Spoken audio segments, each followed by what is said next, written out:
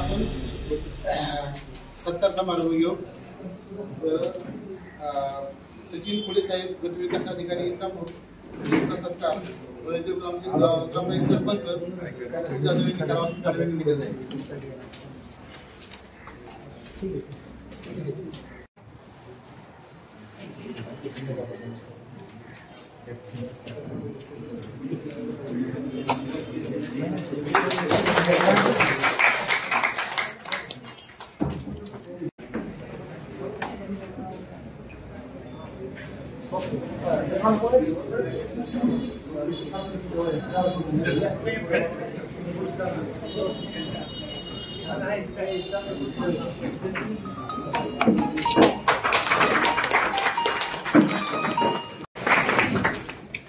अंतरावरचे तालुके गाव आहेत अशा गावातल्या नागरिकांना त्यांच्या अडचणी मांडण्यासाठी जिल्हा स्तरावरती यावं लागते आणि त्यांचा वेळ, त्यांचा पैसा, त्यांचा हेलपटा वाचावा या दृष्टिकोनातून तालुका स्तरावरच लोकशाही दिन साजरा केला जावा आणि त्याच्याही पुढे जाऊन केवळ तालुक्यावरच लोकशाही दिन साजरा न करता तालुक्यातल्या वेगवेगळ्या गावांमध्ये जाऊन त्या परिसरातल्या एखाद्या गावात तालुका स्तरावरचे सर्व वरिष्ठ अधिकारी, परिसरातले सरपंच, उपसरपंच, पदाधिकारी, इतर सर्व पदाधिकारी, नागरिक त्यांनी त्या ठिकाणी उपस्थित राहून आपल्या अडचणी, विशेष करून अडचणीमध्ये शासनाला असा अभिप्रेत आहे की तुमचं कोणतंही काम शासनाकडे प्रलंबित आहे, आपण कोणता तरी अर्ज केलेला आहे, लाभाचा अर्ज असेल, कामाचा असेल, तहसील, पंचायत समिती, वन विभाग, MSCB, तालुका आरोग्य अधिकारी, महिला बाल विकास, कुठल्याही तालुक्यातल्या कुठल्याही कार्यालयात आपण केलेला अर्ज प्रलंबित असेल तर त्या संबंधाने आपण आपल्या अडचणी या लोकशाही दिनात मांडाव्या। त्या अनुषंगाने आज ग्रामपंचायत पळवल्या ठिकाणी लोकशाही दिनाच्या कार्यक्रमाच्या निमित्तानं उपस्थित आमचे सहकारी मंत्री साहेब, जे सर्व तालुक्यातील महसूल, पंचायत समिती, वन विभाग, सहाय्यक निबंधक, नोंदणी विभाग, सर्व विभागाचे सन्माननीय अधिकारी, उपस्थित सर्व पदाधिकारी, याच्यामध्ये माननीय मुख्यमंत्री महोदय यांनी आपल्याला अशा सूचना आहेत की आता 100 दिवसांचा कृती कार्यक्रम शासन स्थापन झाल्यापासून झाला, यामध्ये 1 जानेवारी पासून 14 जानेवारी पर्यंत 14 एप्रिल पर्यंत हा 100 दिवस कार्यक्रम आपण जो अभियान राबवला, यामध्ये प्रत्येकच विभागाने आपल्याकडे असलेले प्रलंबित कामकाज निकाली काढणं, नागरिकांना सेवा देणं हे अभिप्रेत होतं। त्या अनुषंगाने सर्व विभागांचं काम सुरूच आहे, परंतु या ठिकाणी आज सुरुवातीला पहिला कार्यक्रम आपण तहसील कार्यालय या ठिकाणी घेतला, त्याच्यानंतरचा पुढचा कार्यक्रम आपला बावडा या ठिकाणी झाला, आजचा कार्यक्रम कळसगाव या ठिकाणी होत आहे। परिसरातली बरेचसे सरपंच मंडळी दिसत आहेत, नागरिक दिसत आहेत, त्यामुळं आजच्या लोकशाही दिनाच्या निमित्तानं आपल्या सर्वांना एकच विनंती आहे की कोणत्याही विभागाकडे आपलं कुठलंही काम असेल तर आपण त्याची या ठिकाणी आपण सांगावं आणि विभागाच्या वतीनं आम्हाला अशा सूचना आहेत की किमान ज्या महत्वाच्या योजना आहेत त्या आपल्यापर्यंत पोहोचवाव्यात। आता विशेष करून पंचायत समितीच्या माध्यमातून जर आम्हाला सांगायचं म्हटलं तर सद्यस्थितीत सुरू असलेली योजना म्हणजे घरकुलची योजना, याच्यामध्ये विशेष करून प्रधानमंत्री आवास योजना। प्रधानमंत्री आवास योजनेचा आपल्याला माहिती आता टप्पा 2चा 24-25 ते 28-29 हा दुसरा टप्पा आता सुरू आहे। यामध्ये आपल्या तालुक्यात जवळपास 5800 पेक्षा जास्त लाभार्थ्यांना आपण मंजुरी देऊन 4000 पेक्षा जास्त लाभार्थ्यांना पहिला हप्ता दिलेला आहे। आता ज्या लोकांना पहिला हप्ता द्यायचा बाकी आहे अशा लाभार्थ्यांना जर काही अडचण असेल जागेची, त्यांना स्वतःची जागा नसेल तर याच्यामध्ये जर ग्रामपंचायतकडे गावठाणची जागा असेल तर ग्रामपंचायत गावठाणच्या जागेचा अर्ज माननीय मुख्य कार्यकारी अधिकारी महोदय यांच्याकडे देऊन तिथून जागा उपलब्ध होईल। जर जागा इतर शासकीय विभागाचे असेल, सरकारी, शासकीय किंवा जलसंधारण तर कुठल्याही शासकीय विभागाचे असेल तर त्याचा प्रस्ताव ग्रामपंचायतनी करावा, त्या जागेची मोजणी करून जागा निश्चित करावी, तहसील कार्यालयात प्रस्ताव द्यावा, तहसीलदार साहेबांकडून, प्रांत साहेबांकडून, माननीय जिल्हाधिकारी महोदयांकडून तो जागाचा प्रस्ताव जाईल, त्याला मान्यता मिळेल। जर जागा गायरांमध्ये असेल तर परत ती प्रक्रिया आहे, लाभार्थी त्या ठिकाणी जायला तयार असतील, गट जर खुला असेल त्या ठिकाणी मोजणी करून गायरांची जेवढे लाभार्थी आहेत त्याची संख्या निश्चित करून मोजणी करून प्रस्ताव पंचायत समिती मार्फत तहसील मान्य प्रांतसाहेब मान्य जिल्हाधिकारी महोदयांकडे जाईल आणि चालू वर्षात असे बाकीच्या तालुक्यात आणि आपल्याकडचे आता बरेचसे प्रस्ताव आपण मंजुरीसाठी पाठवलेले आहेत. या उपर जर एखादा लाभार्थी जागा नाही, स्वतःची जागा घ्यायला जर इच्छुक असेल, खरेदी करायला येणे जागा जरी खरेदी करायला तयार असेल किंवा गावठांच्या 200 मीटरच्या आतली जागा असेल तर त्या जागेसाठी यापूर्वी पंडित दीनदयाळ उपाध्याय योजनेअंतर्गत 50,000 रुपयापर्यंत लाभ आपण त्या लाभार्थ्याला देत होतो. ही रक्कम आता वाढून 1 लाख रुपये झालेली आहे. परंतु आपल्याला ते 1 लाख रुपये पूर्ण मिळत नाही. रेडी रेकनरचा जो दर आहे, आपल्या परिसरातला रेडी रेकनरचा दर आणि 500 स्क्वेअर फुटाची जागा ह्याचे जेवढे काही रक्कम होते, मग ही रक्कम साधारण 50,000, 60, 70,000 रुपयापर्यंत त्या लाभार्थ्यांना मिळू शकते जर तुम्ही रितसर जागा खरेदी केली तर. त्यामुळे आता केवळ जागा नाही, या गोष्टीसाठी कुणाचंही घर जर पात्र असेल लाभार्थी तर थांबणार नाही. त्यामुळं जे लाभार्थी त्यांचं नाव यादीमध्ये आहे, प्रधानमंत्री योजनेच्या यादीमध्ये, त्यांनी या प्रकारापैकी कुठल्याही योजनेमधून आपण जागेचा लाभ घ्यावा आणि तात्काळ घरकुल मंजूर झाल्यानंतर घरकुल बांधून आपले पुढचे हप्ते घ्यावे, एवढीच आमची सूचना राहील. तसेच नरेगाच्या माध्यमातून आता तशी तेवढं जर इथं कुठं जर आपल्याकडं लोकांना कामाची रोजगाराची आवश्यकता असेल तर तशाही पद्धतीने आपण वैयक्तिक कामाचे आणि सार्वजनिक कामाचे, जिथं मजुरांमार्फत जास्त कामं केली जाऊ शकतात, आता आपण मजूर म्हणत नाही, त्याला लाभार्थी म्हणतो, तसे जरी काही प्रस्ताव असतील तसे सुद्धा वैयक्तिक आणि सार्वजनिक लाभाचे प्रस्ताव आपण पंचायत समितीला ग्रामपंचायतीने सादर करावेत. त्याच्यामध्ये वैयक्तिक सिंचन विहिरीची असतील तर त्यालाही आता ती जी मर्यादा होती 3 लाखाची ती 4 लाख होऊन आता 5 लाख रुपयापर्यंत वैयक्तिक सिंचन विहिरीसाठी रोजगार हमी योजनेच्या माध्यमातून लाभ मिळत आहे. वैयक्तिकचं झालं. आणि सार्वजनिक मध्ये तुम्ही शेततळ्याचं खोलीकरण असेल, गाळ काढणे असतील, ते इतरही मोठी कामं जिथं मजुरांची जर खर्च आवश्यकता असेल तर तशीही कामं तुम्ही घेऊ शकता, त्याचाही तुम्हाला लाभ घेता येईल. या उपर पंचायत समितीच्या अजूनही कुठल्या विभागाची जर आपल्याला काही अडचणी असतील तरी आपण सांगू शकता. तालुका स्तरावर लोकशाही दिनाच्या समितीमध्ये जवळपास तालुक्यातल्या सर्व विभागाचे म्हणजे तहसील कार्यालय, कृषी अधिकारी, आरोग्य अधिकारी, उपअधीक्षक, भूमी अभिलेख, सहाय्यक निबंधक, सहकार उपनिबंधक, नोंदणी, वन विभाग, पंचायत समिती म्हणजे जवळपास सगळ्याच विभागांचे सगळे अधिकारी या समितीमध्ये आहेत. त्यामुळे आपले कुठलेही प्रश्न, समस्या, अडचणी असतील, अर्ज प्रलंबित असतील तर आजच्या कार्यक्रमाच्या निमित्तानं आपण त्या प्रशासनाच्या निदर्शनास आणून द्यावे. ते प्रश्न वेळेत सोडवण्यासाठी प्रशासन कटिबद्ध आहे. पंचायत समितीच्या योजना आणि या कार्यक्रमाच्या अनुषंगानं एवढी आपल्याकडून माहिती आहे. अजून जरी कोणाचं काही म्हणणं असेल तर आपण सांगू शकता. आज ग्रामपंचायत कोळंबी अतिशय चांगल्या कार्यक्रमाचं आयोजन आपण केलं, आमच्या याचे सत्कार केला, त्याबद्दल आपल्या सगळ्यांचे आभार मानतो आणि काही अडचणी असतील तर आपण सांगावं. धन्यवाद.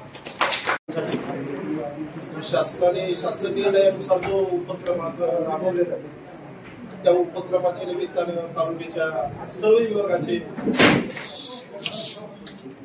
विकास अधिकारी पुढे साहेब आणि ज्यांनी महसूल विभागाचे नायब तहसीलदार, त्याचबरोबर फॉरेस्ट साहेबांनी आमच्या सांगितल्याप्रमाणे की अडीअडचणी संदर्भात या ठिकाणी कार्यक्रम आयोजित. सर, पळसदेव गाव हे पुनर्वसित गाव आहे, त्याचबरोबर हे उजनी बॅकवॉटर आणि ह्या उजनी बॅकवॉटर मध्ये प्रामुख्याने आमचा विषय आहे की पुनर्वसित गाव असल्यामुळे फॉरेस्ट, पुनर्वसन आणि जलसंपदा विभाग या 3 विभागाच्या कात्रीत हे गाव सापडले. विकास कामं करताना आता फॉरेस्टचे निकम साहेबांनी आम्ही दिवस त्यांना देत नाही की त्या विभागाच्या काय अडचणी की हा पळसदेव नावी रस्ता असेल, आज 5 किलोमीटर रस्ता केला आणि हवेच्या तिथला 300 किलोमीटर रस्ता राहिला, 300 मीटर तेवढाच रस्ता राहिला. तिथं अडचण काय सांगितली जाते की फॉरेस्टची परमिशन घ्या, तेवढाच विषय. जवळजवळ 2 वर्ष झाले विषय हा पेंडिंग आहे. तर ह्यांची काय चूक नाही, हे सांगतात की संबंधित विभागाची परवानगी घ्या. त्याच्यानंतर हा आमच्या पळसदेव गावातला मुख्य बाजारपेठेतला रस्ता, हा रस्ता गावठाणातला आहे, मुख्य 30 फुटी रस्ता. तर हा रस्ता करताना सुद्धा फॉरेस्ट आलं की हे गाव अजून हस्तांतरण नाही की हे शासनाकडे पुनर्वसन उपसंचालक यांच्या नावावर आहे, आज बी उतार. तर फॉरेस्ट आडवं येतंय. परत इथे फॉरेस्टच्या हद्दीत पळसदेव गाव टाकायचे. पळसदेव गाव म्हणजे कलेक्टर लेआउट गाव, कलेक्टर प्लॅन, तर त्यांच्या हद्दीत तिथं दोघांच्या हद्दी फायनल नाही आणि फायनल हद्दी नसल्यामुळं आज आमचं ग्रामदैवत असेल, सार्वजनिक काम आहे, आमच्या सरपंचावरती गुन्हे दाखल केले फॉरेस्ट विभागाने. मग हे करायचं काय? ह्याच्यात सोल्युशन काढायचं कसं? किती दिवस चालणार हे? बर पुढाकार कोणच घेत नाही. प्रत्येक अधिकारी वरिष्ठ लेवलला, आमच्या आधिपत्याखाली तो विषय नाही, वरिष्ठ पातळीवर आहे, चालणार किती दिवस? बर ह्या पळसदेवच्या उसनी धरणग्रस्तांनी जमिनी दिल्या, ह्या त्यांचं चूक आहे का? जे योगदान दिले ते चूक आहे का? म्हणजे काम केलं म्हणून गुन्हे दाखल.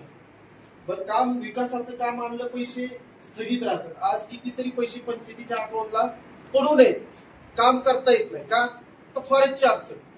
आम्ही त्या विभागावर किंवा अधिकाऱ्यावर नाराज नाही, परंतु त्यांची जी टीम येते की चालू बांधकाम पाडली गेली. आणि दुसरा विषय पुढे साहेब आपण जे मांडला की घरकुलांचा विषय असा आहे की तुम्ही दीनदयाळ उपाध्याय योजना जी सांगितली की 50,000, 75,000 आणि 1,00,000, तर त्या घरकुलचा विषय असायचा तुम्ही जागा खरेदी केल्यानंतर ते अनुदान भेटते, परंतु त्या लाभार्थ्यांकडे खरेदी करायचे पैसे नसतात. त्यामुळे तो एकही प्रस्ताव आजपर्यंत शासनाचा एकही मार्गी लागलेला नाही. एक पहिली गोष्ट आमच्या गावात सांगतोय तिथलं एकही नाही झालं. दुसरा म्हणजे आम्ही तुम्हाला तुमच्या ह्याच्यावर हे करत नाही, परंतु फक्त त्याचं क्लॅरिफिकेशन देतोय. दुसरा घरकुलचा विषय, पळसदेव गावात सार्वजनिक स्पेस ज्या कलेक्टर लेआउट मधल्या ज्या ओपन जागा आहेत, त्या ओपन जागेत असल्यामुळे लोकांना तिथं घर तुमचं ग्रामविकास प्रशासन त्या ओपन जागेत बांधकाम करू देत नाही. दुसरा विषय तुम्ही सांगितला की कलेक्टरच्या गायरांचा विषय, तर तो साहेब आम्ही प्रस्ताव ह्याच्या आधी पाठवले होते, परंतु कलेक्टरकडे गेल्यानंतर कलेक्टर म्हणतात ते मंत्रालय लेवलचा विषय. म्हणजे नाही आधीच सांगतोय, तुमचा मुद्दा बरोबर आहे, तुम्ही जे सांगितलं की एकदम त्याच्याबद्दल आम्हाला दुमत नाही. ते सांगतात हा विषय माझ्या आधिपत्याखाली नाही, तुम्ही मंत्र्यांनी पुढे फाईल वरून का. मग ह्या यंत्रणेमध्ये होतंय काय, लाभार्थी 1, 2, 3 कुणीच इंटरेस्ट घेत नाही, ते प्रकरण तसंच राहते.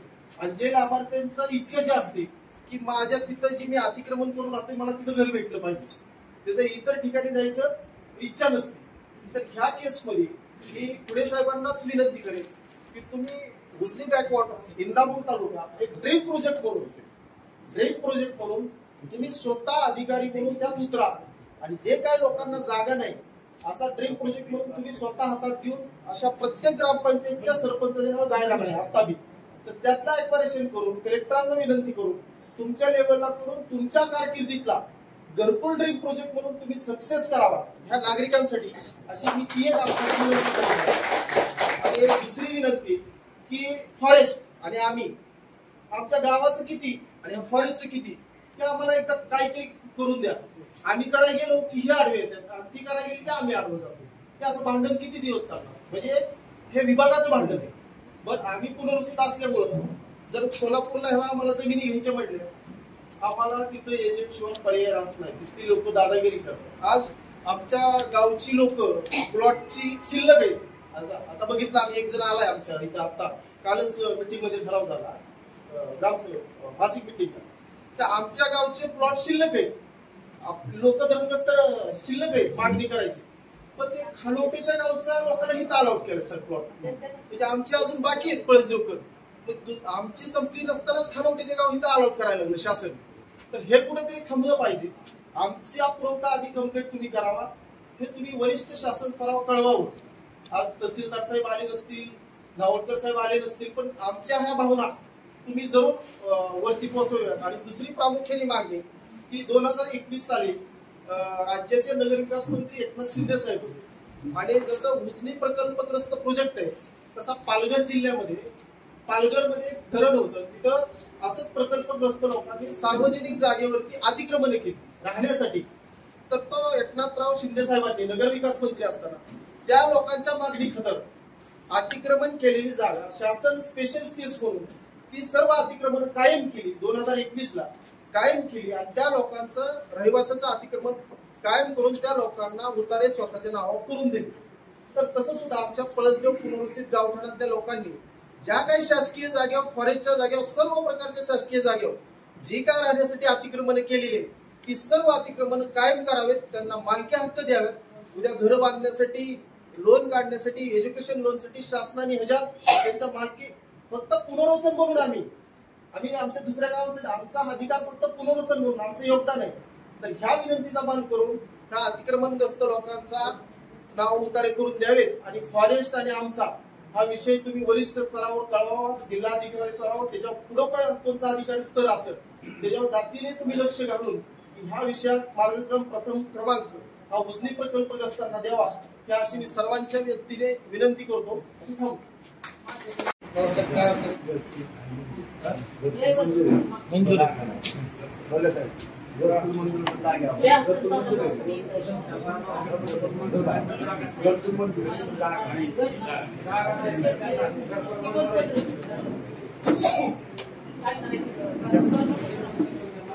गावात रस्ता चालू असला तरी फॉरेस्टची हात आहे. तुमचं पुनर्वसनचे स्मशानभूमी चालली असली तुम्ही तिथे येत आहे की तुमचं तरी किती क्षेत्र आहे ही तरी तुम्हाला माहित पाहिजे ना. सामायिक 500 एकर क्षेत्र असेल तर पुनर्वसनचं पण 250 एकर क्षेत्र. आज गावात जरी कुणाचं घर बांधत असाल तुम्ही डायरेक्ट पंचायत बी त्याला नोटीस देते, फॉरेस्ट बी नोटीस देते. पण नक्की त्या ग्रामस्थांनी बांधणार कुणाचं धरायचं? फॉरेस्टचं धरायचं, पुनर्वसनचं धरायचं? हे सुद्धा डेडलाईन तुम्ही केली पाहिजे. तुम्हाला काय होतंय, वैयक्तिक कुणाचा तरी वाद असतो, एकदा एखादा फोन करते लगेच सगळ्याच्या आधी फॉरेस्टची यंत्रणा ऍक्टिव्ह आहे. तुम्ही ऐका,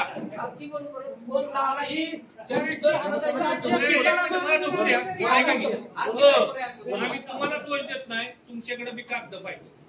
काय होतंय, येडे वस्तीच्या टोकाला असलं पुनर्वसनचं काहीतरी आहे की का तुम्हाला ऑल ओव्हर सगळं 100% क्षेत्र फॉरेस्टचे. तुम्ही कारवाई करताना विचार करावा. सामायिक उतार आहे. पुनर्वसनचं जर 500 एकर क्षेत्र असेल निकम साहेब, 250 एकर पुनर्वसनचं क्षेत्र आहे. आज तुम्हाला सांगतो खाली जरी बांधकाम असेल तर फॉरेस्ट लगेच नोटीस इश्यू करतो. साहेब तुम्ही हद्दी पुन्हा कायम असल्याशिवाय फॉरेस्टने हस्तक्षेप करावा नाही. या मिटिंगच्या अनुषंगाने मी मांडतोय. उद्याच्याला तुम्हाला सांगतो आमच्याकडे महसुली गावात 4 आहेत, तिथं तलाठी साहेब सुद्धा आहेत. 4ही महसुली गावात कुठं बी काळेवाडीत असू द्या, माळेवाडीत असू द्या, तुमचं कुठं बी फॉरेस्ट खातं लगेच येते. काळेवाडीत रस्ता चालू आहे तिथं आलंच फॉरेस्ट. कुठं असलं डाळज मध्ये असलं हीच परिस्थिती. या बॅकवॉटरला सगळीकडे फॉरेस्टचा आणि पुनर्वसनचा वादच. तर आमचं काय म्हणणं आहे, सामायिक क्षेत्र आहे तिथं तुम्ही पूर्ण अभ्यासात्मक बाबा बांडेवाडी क्षेत्र आहे, बांडेवाडीत फॉरेस्टचं किती क्षेत्र आहे तुमच्याकडे डेडलाईन पाहिजे. उद्या आमचा धरणग्रस्त माणूस बांडेवाडीत घर बांधत असेल तिथं फॉरेस्ट इश्यू करतं, मग तिथं पुनर्वसनची हात आहे ना. पुनर्वसनची तिथं नाही, तिथं पंचायत आमची नोटीस इश्यू करते एका माणसाला. मग ती माणूस काय करतोय, नक्की कुणाकडे जायचं? इथून पुढं ऐका, इथून पुढं फॉरेस्टनी नोटीस इश्यू करताना पंचायतला विश्वासात घेतलं पाहिजे. तुम्ही पंचायतला विचारलं पाहिजे की हाय का हद्द तुमची. तुम्ही पंचायतला न विचारता नोटीस इश्यू करता ही बंद झालं पाहिजे. तुम्हाला सांगतो काय होतंय, तुमची यंत्रणा काय करते, डायरेक्ट तिथं जाऊन नोटीस इश्यू करते. तुम्ही शासनाचाच माणूस आहे, ग्रामसेवकला विचारलं पाहिजे. तुम्ही या हद्द कुठपर्यंत विचारलं पाहिजे का नाही?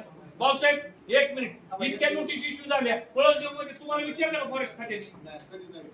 काय विचारत नाही, शासनाचाच माणूस आहे ना. तलाठी भाऊसाहेब आहेत, तलाठी भाऊसाहेब इतक्या नोटीस इश्यू झाल्या हद्दीच्या बाबतीत, पुनर्वसनची किती, फॉरेस्टची किती, तुम्हाला विचारलं का त्यांनी? शासनाची दोन्ही यंत्रणा आहेत साहेब. आता तुम्ही नायब तहसीलदार आहेत, तुम्ही इथं गट विकास अधिकारी, तुमचे दोन्ही अधिकारी सूर्यवंशी साहेब आले नाही, पण ह्या मिटिंगच्या अनुषंगाने तुम्ही त्यांना कल्पना द्या.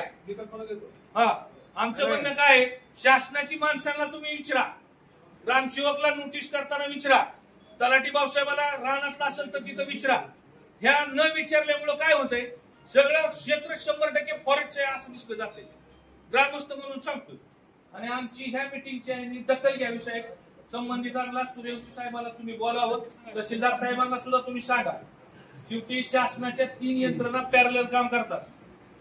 त्या यंत्रणेच्या पुढे सगळ्यांनी आधिपत्यात घेऊन काम करावं व आमच्याकडे नागरिक सुविधा होण्यास फॉरेस्टनी सुद्धा सहकार्य. तुम्ही आमचे दुश्मन नाही, परंतु तुम्ही नोटीस इश्यू करताना ग्रामविकास विभाग आणि महसूल विभाग यांना विचारात घेऊन नोटीस इश्यू करावं, एवढं काम. तुमचा आभार मानतो. तर आता हे सगळं पुनर्वसनचा जे प्रश्न आहे उपस्थित आलेले पळदेवी खाली माळेवाडी आहे, तर मला वाटतं तिथं 250 फॉरेस्ट गेट नंबर आहे. तर त्या ठिकाणी आता 48 वर्ष झाली. त्या माळेवाडीला एक गावठाण आहे, सिद्धवस्ती एक गावठाण आहे, त्याचा इफेक्ट सर्व फॉरेस्ट 50-50 वर्ष शासनाचा घटक म्हणून विभागाला, वन विभागाला ते आम्ही एक पत्र करू. आज ह्यांचं एक लोकशाही दिनामध्ये एक आपण अर्ज घेऊ याच्यासाठी आणि तुमच्या विभागाकडून तुम्ही मागणी करा की ह्यांची मागणी आहे, तुमचे हद्द निश्चित करा. तुमच्या हद्दीमध्ये हे लोक येणार. भांडेवाडीच्या पळदेवचा आहे सर्वे झालेला आहे, फक्त इंटरनल सर्वे भांडेबाबा व्हायचं बाकी आहे. त्यासाठी आम्ही एवढी सूट दिलेली आहे, जो सर्वे झालेला आहे तिथं अतिक्रमण क्षेत्र दाखवलेलं आहे तिथं आम्ही कारवाई करत नाही. परंतु जिथं निर्वनीकरण झालेलं नाहीये त्या ठिकाणी फॉरेस्ट डिपार्टमेंट 100% कारवाई करणार. आम्हाला तशा आहे त्या नियमानुसार आम्ही चाललो. पळदेवचा विषय मिटलेला आहे. फक्त आता त्यांनी सांगितल्याप्रमाणे आपण एक तुमच्या मार्फत एक तुमच्या विभागाकडे वरिष्ठ पत्रव्यवहार करा. आम्ही पण पत्रव्यवहार करतो तुम्हाला. आम्ही जिल्हाधिकारी पुनर्वसन शाखा पुणे यांच्याकडे देखील पत्रव्यवहार करून उपाधीक्षक भूमी अभिलेख विभागाकडून पुनर्वसन गावठाणाचा त्यांचा नकाशा त्यांची मोजणी हद्द निश्चिती करून पुनर्वसन त्या लोकांचं पुनर्वसन घटक एक असा आहे की त्यांच्या पूर्वपार वडिलोपार्जित जमिनी ही इतरांच्या सेवेसाठी म्हणजे धर्माला त्यांनी दिलेल्या आहेत. त्यांच्या मनात इच्छा नसताना सरकारनं त्यांना घेतलेले, त्यांचं कुटुंब तिथून उचललेलं आहे सरकारनं आणि डायरेक्ट त्यांना दुसऱ्या ठिकाणी आणून टाकलेलं आहे. म्हणजे ह्याचा अर्थ काय की त्यांनी काय चूक केली का?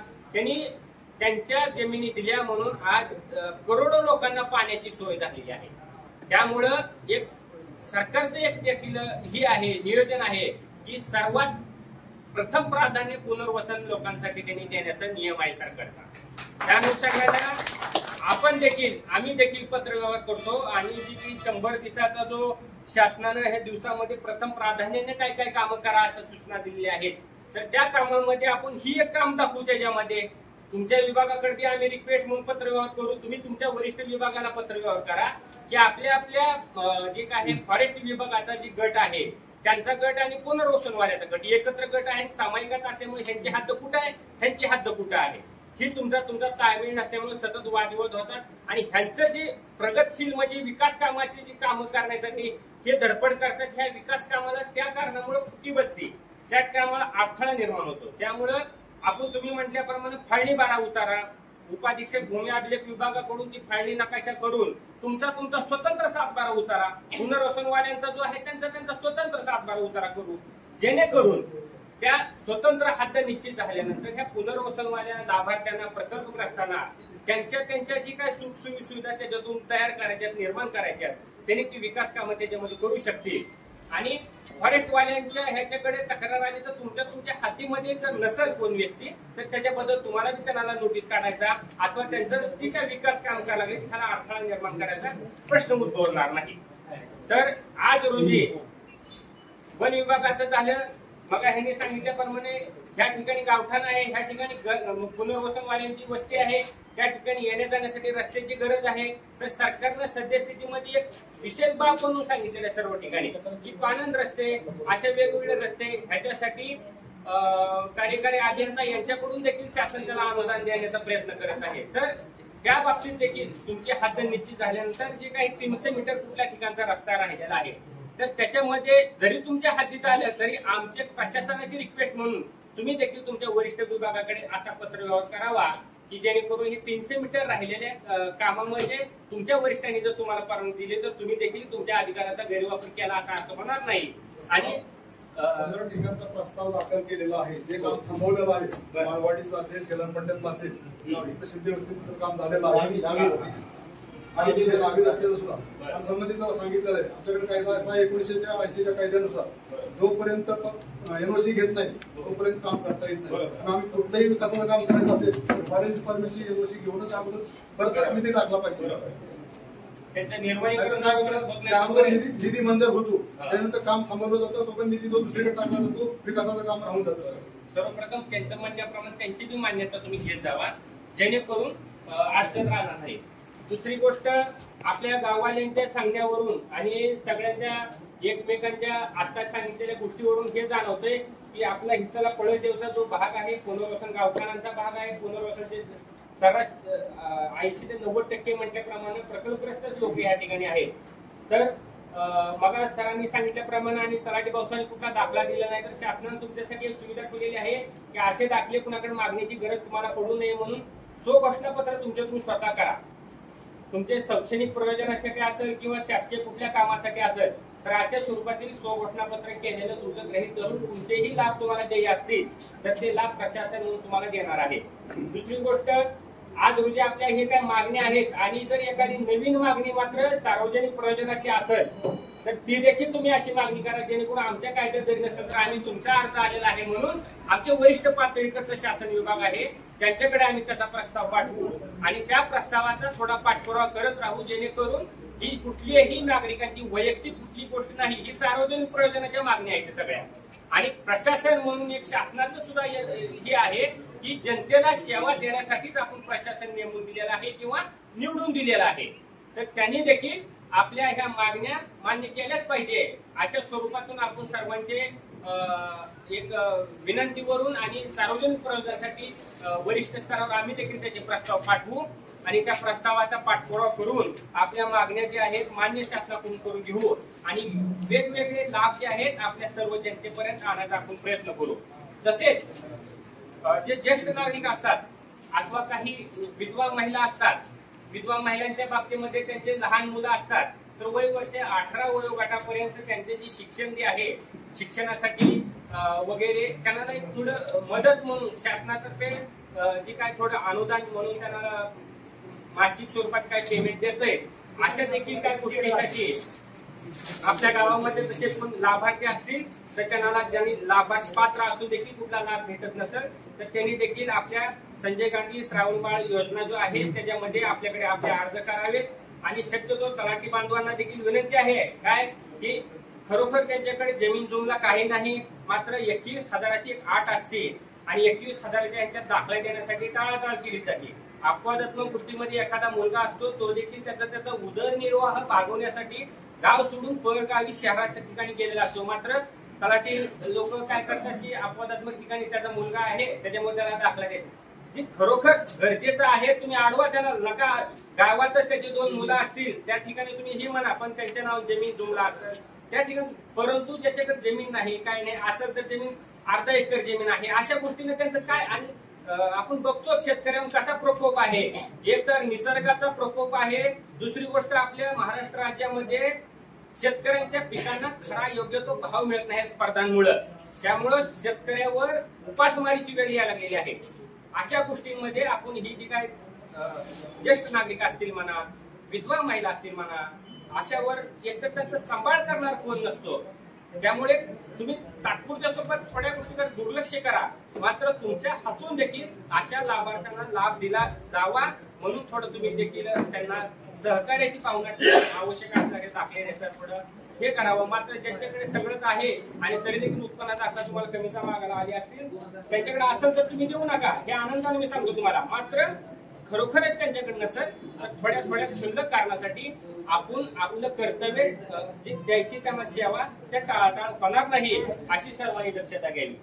सर्कल भाऊसाहेब आहेत त्यांनी देखील एक विनंती आहे की आपल्या गावामध्ये कुठल्याही व्यवहारावर एकमेकाची जर हरकत आली तर अशा हरकतींच्या बाबतीत तक्रारदार आणि प्रतिवादी त्यांना एकत्र करा. थोड्या क्षुल्लक कारणासाठी जर त्यांची तक्रार असेल तर त्याच्यात एकोपा निर्माण व्हावा असा प्रयत्न करावा आणि शक्यतो आपल्याकडे विवादग्रस्त प्रकरण म्हणजे फेरफार नोंदीवर आलेले प्रकरणांमध्ये हरकत अर्ज माघारी घेतल्याचं प्रमाण जास्त होईल असंही करा, जेणेकरून त्या सर्कल आणि तिथले तलाठी भाऊसाहेब यांचा जे आहे एक आपण 1 ऑगस्टला जे महसूल दिन असतो त्याच्यामध्ये एक आदर्श तलाठी आणि आदर्श मंडल अधिकारी असा सत्कार म्हणून तुमचा आम्ही करायचा प्रयत्न आणि रिपोर्ट माननीय जिल्हाधिकारी यांच्याकडे पाठवू, जेणेकरून एकमेकांमध्ये एकोपा राहील आणि एकोपा राहिल्यामुळे याच्यावर संकट आला तर दुसरा धावत त्याच्यापाशी पळत येईल, याच्यावर संकट आलं तर ते मरू दे असं वाक्य एकमेकांच्या मनामध्ये राहणार नाही. त्याच्यामुळे असं लोकशाही दिन म्हणून शासनाने जे काय आपल्याकडे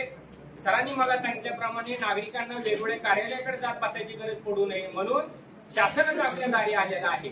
आणि आज रोजी या मंडल भागामध्ये पुढील महिन्यामध्ये दुसऱ्या मंडल भागामध्ये वेगवेगळ्या ठिकाणी सर्वसामान्य सर्व जनतेच्या जे काय त्यांना माहिती नसेल तुमची गोष्ट त्या गोष्टी सर्व त्यांना अवगत कराव्या, त्यांना माहिती व्हावी आणि अशा योजनेमध्ये जे काय पात्र लाभार्थी होण्यासाठी पात्र ठरणारे असतात त्यांनी वेगवेगळे अर्ज वगैरे करून ते लाभ मिळवून घेण्यासाठी सरकारने ही लोकशाही दिन आणलेला आहे.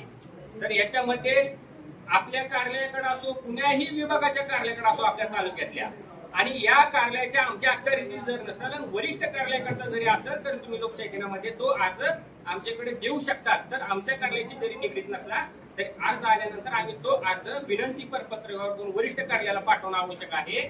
आणि ज्या कार्यालयाशी निगडीत आहे त्यांच्याकडून देखील जनतेला जी काही योग्य शासनाची देय असणारी सुविधा देण्याचा प्रयत्न त्यांनी करावा आणि करावा. ती प्रयत्न करणं म्हणजे काय, त्या कर्मचाऱ्यांच्या स्वतःच्या खिशात तर काय जाणार नसतंय. ही सरकार एक आपल्याकडे भूमिका देत आहे, सरकारची योजना आहे आणि त्या योजनेमध्ये पात्र लाभार्थ्यांना सर्व लाभ दिले जावेत. आणि अशा कार्यपद्धतीमध्ये अपवादात्मक ठिकाणी देखील चुकीच्या लाभार्थ्याला मोठा लाभ दिला जाऊ नये ह्याची दक्षता प्रत्येकाने घेतली पाहिजे. का घेतली पाहिजे की आज आपण पाहत आहेत काय की एखाद्या गावामध्ये एखादा पात्र लाभार्थी असतो, पात्र असलेल्या लाभापासून मिळण्यासाठी त्याला हेलपाटे पडत आहेत, मात्र खरोखर पात्र असणारा त्याच्यापासून वंचित राहतो आणि अपात्र असणाऱ्याला एखादा लाभ दिला जातो. आणि असा लाभ दिला गेला भविष्यात जर ही त्रयस्थ व्यक्तीने जर हरकत केली तर हरकत केल्यानंतर त्याच्यामध्ये जबाबदार जी काय लाभ देणारे अधिकारी असतात त्यांनी आवश्यक कागदपत्रांची पाहणी केलेली नाही, तपासणी केलेली नाही, मग त्यांच्यावर पण कारवाई होऊ शकते. आणि ज्यांनी अपात्र असताना लाभ फसवून शासनाचा घेतलेला आहे म्हणून देखील त्यांना शासनाची फसवणूक केली म्हणून त्यांच्यावर देखील गुन्हा दाखल केला जाऊ शकतो. तर आज रोजी लोकशाही दिनाच्या माध्यमातून तुम्ही ग्रामस्थांनी एकच विनंती आहे की आपल्या सार्वजनिक हिताच्या ज्या काही गोष्टी आहेत तशा स्वरूपातील एक विनंती पण आमच्याकडे अर्ज द्यावा. आम्ही वन विभागाचे असो, आरोग्य विभाग असो, उपाधीक्षक भूमी अभिलेख असो, माननीय जिल्हाधिकारी कार्यालय पुनर्वसन शाखा पुणे यांच्याकडचा विषय असो, आम्ही आपले प्रस्ताव त्यांच्याकडे पाठवून त्याच्यातून जे आहे आपल्या जी मागणी आहेत आणि तुमच्या मागण्या कुठल्या वैयक्तिक नसून त्या सार्वजनिक हिताच्या आहेत त्यामुळे शासनाकडे या मागण्या करून म्हणजे प्रस्ताव सादर करून त्यांच्याकडून त्या मंजूर करून घेण्याचा आपण सर्वांनी मिळून प्रयत्न करू. या ठिकाणी मला लोकशाही दिनाच्या माध्यमातून आपल्या ग्रामपंचायत पळसदेव या ठिकाणी उपस्थित राहून 2 शब्द सांगण्याची जी संधी मिळाली ही माझं थोडं भाग्य समजतो. आणि आपण मला ही संधी दिली त्याबद्दल मी आपल्या सर्व ग्रामस्थांचं धन्यवाद व्यक्त करतो आणि 2 शब्द संपवतो. जय हिंद, जय साहेबांना डाळत मध्ये जेवढी लोक आले तेवढी सगळी जेवढी डाळ आता आलेल्या लोकसंख्येमध्ये डाळची लोक भक्त गाव लई छोटेसे. आमचा मुद्दा असा आहे की तलाठी ऑफिसला आमच्या गावाचा विकास चांगला चालला, एकच व्यक्ती माते करू. तलाठी ऑफिसला आल्यानंतर तो तलाट्याला जर उतारा मागितला तर तलाठी साहेब त्यांना उतारा देतात. ते अधिकार आहेत का, असं चालतं का? समजा ह्यांचा उतारा आहे, मी मागितलं तर द्यायला येतो का तुम्हाला? तो आमच्या गावाचा उतारा करतो तर काही पुढची कहाणी सांगतो, तो देता येतो का नाही एवढं मला तुमच्याकडे उत्तर अपेक्षित आहे. उतारा देता येतो का नाही एवढं आता एवढे सगळे तलाठी मंडळ अधिकारी ते जर मला अपेक्षित आहे कसं देता येतो?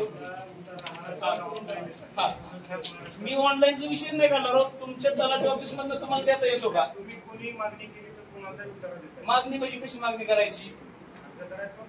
दाखवता साहेब तुमच्याकडनं 8 दिवसात 100 उतार सुटले, किती मागणी अर्ज आल्यात आणि किती कसं आहे का साहेब? तुम्ही उत्तर बदलताय राव, मग आम्ही कसं वागायचं? तुम्ही म्हणताय तोंडी बी द्यायला तू आता म्हणताय मागणी अर्ज बी पाहिजे. आमचं सगळं जगायचं बंद करून टाकले. तसं नाही साहेब, त्यांचं म्हणणं कसं स्वतः जर शेतकरी आला असं त्याला स्वतःच मागितलं तर तुम्ही द्या, पण तुम्ही मागितलं 100 दुसऱ्याचं कोणाचा मागत असेल जर दुसऱ्याचा मागत असेल तर त्या बाबतीत कसं झालं नाही साहेब. 1 मिनिट थांबा. होणार आहे ना गावाच्या वतीनं आजच जाहीर करणार आहे. आता हे साहेब आम्हाला वारंवार सहकार्य करतात, पण पिक्चर काय चाललंय साहेब? आता आमच्या गावाला काही निधी आलाय, जे आउटलेट झाले गावाचं पुनर्वसन सिटी सर्व्हे झाले ना गावच्या, त्याचे रस्ते 50-25 वर्षापूर्वी रस्ते बनवले नाही, पहिलेच रस्ते बनवले, त्या रस्त्याला दुरुस्तीसाठी निधी पडतोय. आता निधीचं काम चालतंय, कोण ठेकेदार ऑनलाईन पद्धतीने काम देतं का ठेकेदार आम्हाला कळत नाही. काम चालू झालं की कोणतरी गावातून माती फिरू घरात बसून फोन करतोय, ना अर्ज येत नाही ना काय नाही.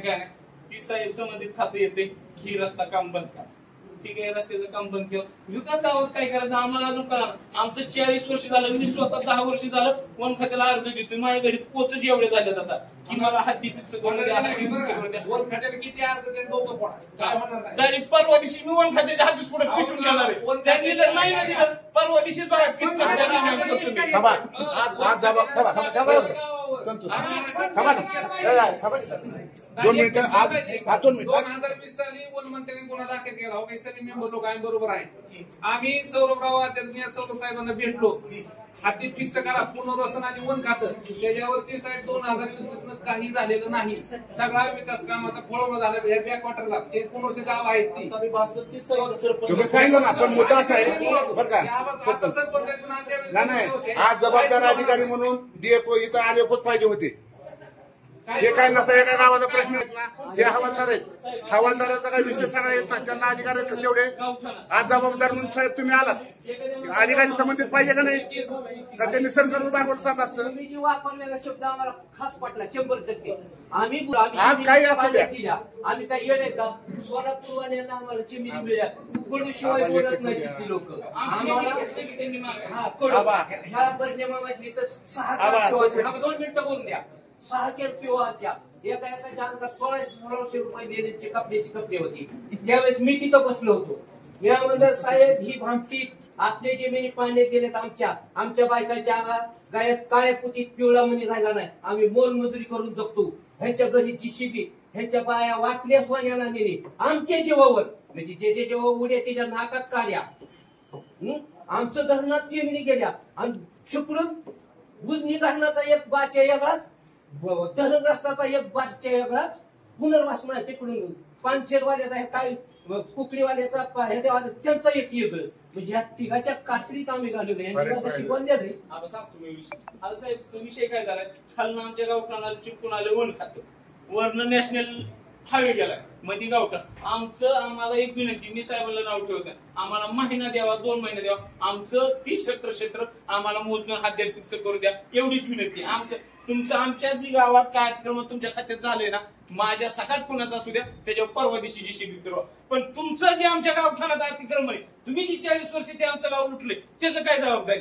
तुम्ही आज एवढं कंजबर एखाद्या माणसाला टॉयलेट बांधायचे साहेब मोलमजूर करून खाणाऱ्याला टॉयलेट बांधायचे. त्यांनी कुठं घर बांधते मला माहित नाही. हे टॉयलेट सुद्धा बांधून देत नाही. कसं काय गावात चालवायची कसं काय ग्रामपंचायती चालवायच्या 40 वर्ष झालं. आता विषय आला साहेब उजनीचा भूमी अभिलेखवाल्याचा.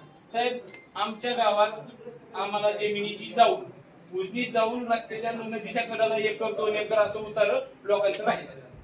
शासनाच्या नजर चुकीने राहिल्या कसं राहिले ती मला माहित नाही. आता आमचं गाव बऱ्यापैकी डेव्हलप झाल्यात मुलं लग्नाला आल्या 2-2 एकराचं उतारे. ह्यांनी इरिगेशन वाल्यांनी जर भूमी अभिलेखवाल्याकडे पाठवलं ना कागद की गावाचा कजाबा करा 40 वर्ष झालं उजनीकडनं कजाबा व्हाय नाही. साला एक माती फिरली आणि अख्ख्या गावाचा कजाबा करतो. ही कुठल्या अधिकारी आहेत तुमच्या ह्याची दखल घ्या. ह्याची दखल घ्यायला पाहिजे ना. एक अधिकारी तुमचा जर अधिकारी नोटीस पाठवतोय 40 वर्ष झालं आज उजनी झाले 25 वर्ष झालं. आज काल उतारा आहे एका दिवसात ह्यांचा उतारा 10 एकराचा आहे. आज ऑनलाईन निघतोय आणि दुसऱ्या दिवशी सकाळी आता गाव तसं राहतंय. आणि हे एकट्या माणसाचा उतारा जर गायब होत असेल तर तुमचं भ्रष्ट अधिकारी काय काम करतात. मग आमच्या 45 वर्ष झालं आमची चूक झाली साहेब त्या वर्षी की तुम्हाला ही सगळी